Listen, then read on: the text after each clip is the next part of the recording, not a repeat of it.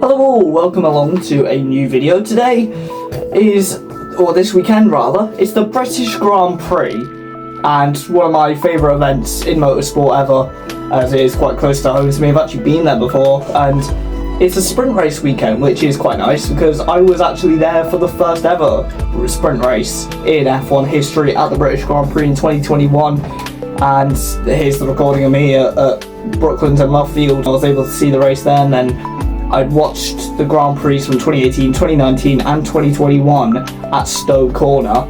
I watched the qualifier on the front straight, and yeah, great memories. I actually met Lando Norris and got something hat from him. I don't have it with me, it's at my nan's house, but yeah, really good memories from there. I was actually there on the day that Hamilton and Verstappen collided, so yeah, mad stuff. Gonna put this on, seems right. But yeah, I've got this, I've got, that's from 2018, centre hat. Hang on, I've got more. Now, I started watching F1 properly in like 2016. My favourite drivers were Hamilton and Verstappen, which is a bit mad. So I do have 2018 Red Bull, Aston Martin Red Bull top. So that's cool. I also have the hat for Red Bull, if you can find it. Looks cool, doesn't it? So yeah, anyway though, and I also have actually, this isn't the signed one, but I do have Lando Norris as well from 2021. So, but the signed one is like just a default McLaren cap with Lando's signature in it. Actually, boom. So these are the programs for the 2018 British Grand Prix, and a bit like Speedway has programs, as you can see at the top there. The British Grand Prix has them. Obviously, they're a lot bigger in size and a lot thicker as well. There's a lot more content in here, and the first thing you get when you open the book, because Lewis Hamilton was the only British driver there, so it kind of spooked me at first, just seeing Hamilton's face just right there, but yeah, right, Lewis. Anyway, that's there. And then also from the day I met Lando, 2019 program, and if I flick through the pages to the driver profiles, where are they? They are here somewhere. Oh, where's that? Oh, this as well. 2018, I got a signed Esteban Ocon picture as well. So cool stuff. But yeah, from the Force India fan zone in 2018. Unfortunately, that's no longer a thing. But yeah, so a lot of memorabilia from this day, or from these weekends. And where's the next one? It's that one, that Lando's little signature look. And that was on his debut season, and he's now a Formula 1 champion as well. So yeah, good memorabilia. Good memorabilia, that's what I meant to say. I'll put that down here for a sec now. But yeah, so with all this memorabilia, I am a big fan of the British Grand Prix, which is happening this weekend in the new 2026 cars. Now, what I want to know is, because these cars are, like, obviously they're a little bit slower than some of the ground effect cars that we've had before. They're the slowest cars we've had since 2016 and 2015 in terms of lap time. So what the lap times of the modern British Grand Prix with the modern cars, are they the same or similar to the 1960s version of Silverstone in the in the late 60s cars? So we're essentially comparing late 60s to late 2020s. Who will be faster? Well, let's have a look then. So 3, 2, 1, go. As you can see, we are in a Ferrari, but it's the 1967 Ferrari of, I believe, Alberto Ascari and drivers like that. But yeah, we're going to do some laps in here, and we're going to see what laps we can set here and how close they are to the real life comparison. Obviously it's the old version of Silverstone, so obviously the layouts are a lot different, as you can see on the screen. But yeah, we're going to see them. See what it's like. I'm on a Logitech, so yeah, I am feeling the force of the wheel. I am feeling the road through the car. I'm going to do a couple laps, just to do some laps when the tyres and brakes are warm. Oh, I struggle to see that. Just the car going a bit stiff underneath me, under throttle. To before with the H-pattern gearboxes that these cars used to have.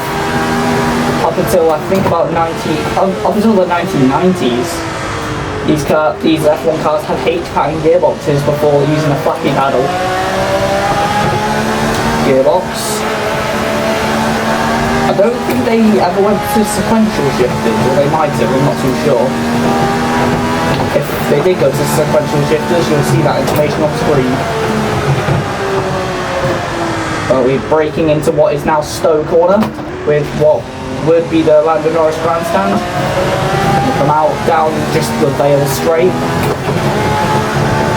into what is now the final corner, but here it was the third last corner of Club Corner. Down what is now the pit straight, but into now Farm Curve, which is just as scary as Abbey in the modern day world, even scarier with that curve on the inside. And the bridge, I miss Broken Fire. I kind of wish I saw a Grand Prix with that layout live, because that layout was nice, but coming out of that section, over the line, that is a 32.2, but that is with cold tyres. So let's try a better lap now. Going for third. A bit more daring in the braking. And the tyres are a bit hotter now, so as you can see we are going to improve by a lot just because we have more grip. Struggling to take the car around maggots into brackets. Out of there, round Chapel, which is a lot sharper compared to the modern day version. So we're going to head into Stowe Corner now, down Hanger Straight. Oh, I was late on the brakes, but we just about get there. Having to literally stand on this brake pedal, but also got to watch out so that I don't break the gearbox on the shifts. Well, from experience of driving this car around tracks before, it takes about 3 laps of a track like this to get fully up to temperature. So I think we'll set the best time, we'll set a better time now, but I think we'll set our best time next lap, as long as we don't muck it up, because it can get difficult, because then you start overheating the tyres, and then that becomes a whole new ball game. But these cars obviously without any aerodynamics, obviously the lap and the length of tarmac they're having to drive is a lot shorter compared to what they have to drive now. But they're in faster cars. We knocked the wall a little bit here. It's going to cost us a bit of time. There's the ghost car in front of us. That's what we did the lap prior. There's a 130.0 at the moment, using a default setup. Obviously, in the competitive days of this car, they would have tuned the car to how they like it in the track, but here we're just throwing ourselves in. Just got delivered in Scotland by my sister. Love her. Back to the lap. I don't think we're going to improve on this lap. Now that the tyres are a bit hot now.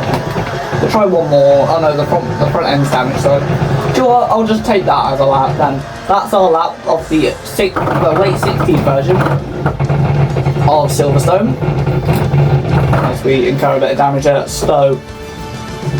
That's where I sat the actual Grand Prix, but yeah. So, that was Silverstone in a late 60s F1 car. Let's now switch over to the Formula 1 game. In the modern F1 cars, we'll go in the modern Ferrari and we'll see how close the lap times are. So, we're here on the Formula 1 game. 3, 2, 1, go. So, you might be thinking, yeah, Joe, I saw on the channel earlier on, you did a lap around here to qualify for STB. Yes, I did, but that was with a competitive esports driver setup. Today, we're just going to use the default setup, just like we did in the Assetto Corsa game, just to give it that bit more fairness, you know what I mean? So, no tuning at all, it's just default thrown in. Let's see what the car's like to drive, and let's see how close the times are. We're not using a H-pattern, we're using a flappy paddle gearbox, so you'll hear a lot of this. So, let's see what we can do. I'm not going to tune the car actually, so here we go then. Let's go for a lap around the normal Silverstone the modern Silverstone, should I say, normal to me and you, but probably a bit odder compared to the old days. Into the next corner. Yeah, the personal best is that lap you saw in the PRL esports car. But it is going to be slower, just due to being on a less competitive setup. Let's head around Luffield then, and this is where the final corner is on the old track, this Woodcut bend. You go all the way up and around here, and then over the finish line for the old straight, but here, as turn 1 would be for the old track, here it's turn 9, I believe. And into Maggots, around this little S section, into Beckett's now. And then round a chapel that's a lot more shallow. And that being, the corners being a lot more shallow is quite nice compared to the times. Into Stowe Bend, where I sat to watch the Grand Prix in 2018, 2019 and 2021, into the Vale chicane. Around here we go, over the curbs. We are 1.1 off of that 129.0, but that will give us a time of 130.2, which is very close to the time we just did in the 1960s car. Let's do a couple more laps, just because we have warmer brakes, warmer tyres, etc. Obviously we don't really have any control of that ERS deployment, the electric part of the engine. We don't really have any control over that. So we're just kind of driving the car to the limit of what we can do. But at the moment, I think it's not, if it's not beaten the 60s car, it's not far off. But that's quite incredible that a car like this can go around a track that's obviously like in the same place, but obviously a lot more different compared to the old days, and still be a very similar time to what it used to be. Obviously it used to be about like 126s, I believe, around here. Before we've invalidated that lap, we're just going to keep going to see what it would have been in the old track limit rules. Getting out of that corner there, I'm going to head up into the next corner. It looks to potentially be a 129.4, depending on how we take these two corners. I'm a bit wide here. Obviously this is an invalidated lap, so it kind of doesn't really fully count as we lock up a bit here. A bit of understeer on the way out of the Vale chicane. That's going to cost us a lot of time. Over the line we go, and that is a 130.1, so we are quicker, only by 10. I think our first lap in the 60s car was 132, but then it changed to 130. And I think in this car, compared to the last car, just because of the aerodynamics it has on the front wing, the rear wing, and the side pods, it takes less work from the tyres, and that means whether you've heated your tyres up or not, it doesn't have as much of an effect as it did on the 60s car. Heading out of this corner in straight mode. Right, here we go at 810. So I was struggling with the car sliding a lot, which I didn't really struggle with in the PRL esports car with the esports setup. But obviously we're not setting up the cars today, we're just driving them as they are in these simulators. Now I would have compared it to a real life time, but just because of how much strain the drivers put through in the cars with the G-forces and being swung around like this, I felt that wouldn't have been fair of a comparison. So that's why I've done it in sim. Over the curb there, we're just going to keep that lap going. But let's see then, as we head through this corner. I think our second lap again has been quicker than our third lap.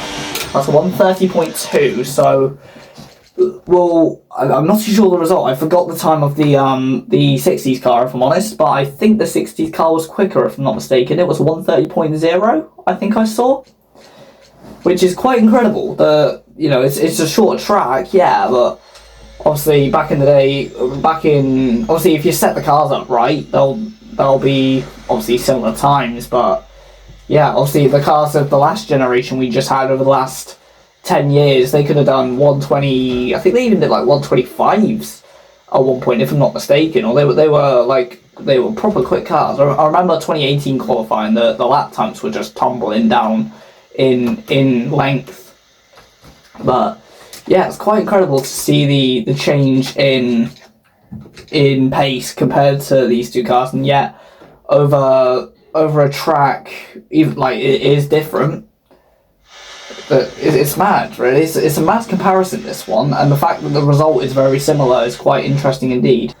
So that's the end of this video then. So if you did enjoy comparing late 2020s cars to late 1960s cars, then do let me know if I should do other things like this in the future. And yeah, before I go, I just want to tell you all about, let me move my camera up a little bit, Ben Barker. I think he should be coming back on Saturday, because tomorrow, when the Red Car Bears go up against the Plymouth Gladiators on the Gladiators' home soil at the Coliseum, hopefully Ben Barker should be back after his last meeting, which was with the Red Car Bears back in June.